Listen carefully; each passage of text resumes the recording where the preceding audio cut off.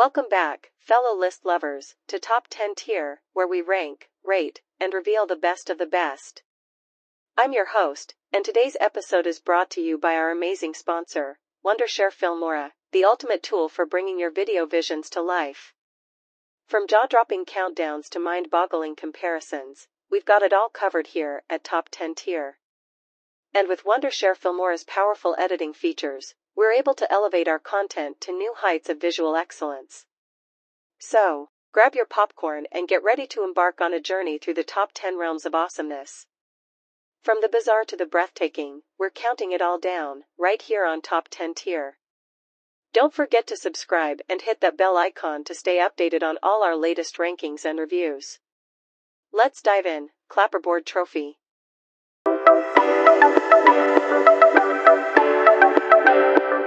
These are the 10 most underrated players this season. Joselu also falls into this category. The Spanish striker is certainly not Ancelotti's first choice, but every time he's been called upon, he has always delivered. This guy has managed 16 goal contributions in 1,424 minutes played this season. That's an equivalent of approximately 16 90-minute games. Despite struggling for game time, Joselu is Madrid's second top scorer in La Liga this season. That's crazy impressive, but he never gets the adulation the likes of Bellingham, Vinny and Rodrigo get. Massively underrated player, this guy. Wataru Endo is another guy who has been massively underrated this season. The flashy midfielders like Bellingham, De Bruyne and even Rodri get the hype. But what Endo does for Liverpool seems to always go under the radar for some reason. See, Liverpool lost Fabinho and Henderson in the same window, and Endo wasn't even first choice on the club's list to replace them. But he has come in and done a fantastic job, with Jurgen Klopp praising him every chance he gets. The Japanese should definitely start getting his flowers from the fans and the media. Daley Blind is one guy who has been massively underrated this season.